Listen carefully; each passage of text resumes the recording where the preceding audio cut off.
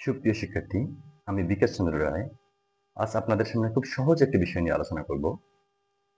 আমরা জানি present indefinite টেন্সে অ্যাফার্মেটিভ সেন্টেন্সে বাক্যের সাবজেক্ট যদি থার্ড পারসন সিঙ্গুলার নাম্বার হয় তাহলে মেইন ভার্বের সাথে এস অথবা ইএস যোগ হয়।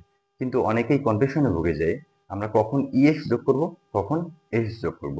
চলুন আমরা এটা নিয়ে আলোচনা করব।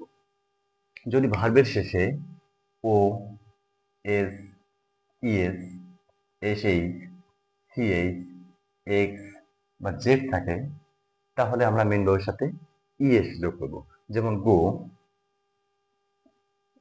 গোস, বাস, বাজেস,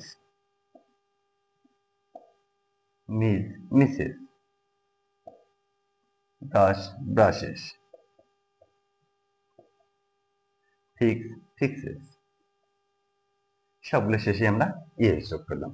আবার যদি ভার্বের শেষে ওয়াই থাকে এবং ওয়াই এর পূর্ববর্তী অক্ষরটি কনসোনেন্ট হয় তাহলে ওয়াই উঠে গিয়ে আইইএস হবে। ওয়াই উঠে গিয়ে আইইএস হবে। যেমন ক্রাই, ক্রাই,